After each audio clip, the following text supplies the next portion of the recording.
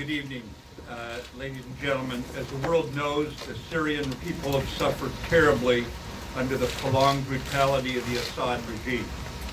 On April 7th, the regime decided to again defy the norms of civilized people, showing callous disregard for international law by using chemical weapons to murder women, children, and other innocents. We and our allies find these atrocities inexcusable. As our Commander-in-Chief, the President has the authority under Article 2 of the Constitution to use military force overseas to defend important United States national interests. The United States has vital national interests in averting a worsening catastrophe in Syria and specifically deterring the use and proliferation of chemical weapons. Last year, in response to a chemical weapons attack against civilians and to signal the regime to cease chemical weapons use, we targeted the military base from which the weapons were delivered.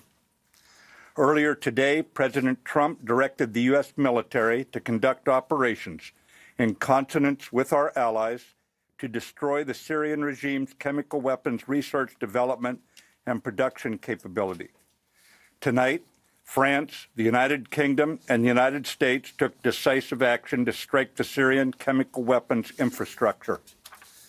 Clearly, the Assad regime did not get the message last year. This time, our allies and we have struck harder.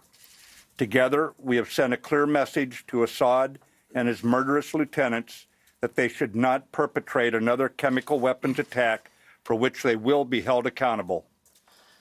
The 70 nations in the Defeat ISIS coalition remain committed to defeating ISIS in Syria. The strike tonight separately demonstrates international resolve to prevent chemical weapons from being used on anyone under any circumstance in contravention of international law. I want to emphasize that these strikes are directed at the Syrian regime. In conducting these strikes, we have gone to great lengths to avoid civilian and foreign casualties.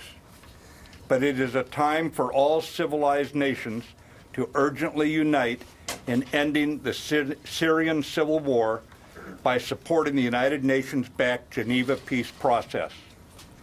In accordance with the Chemical Weapons Convention prohibiting the use of such weapons, we urge responsible nations to condemn the Assad regime and to join us in our firm resolve to prevent chemical weapons from being used again. General Dunford will provide a military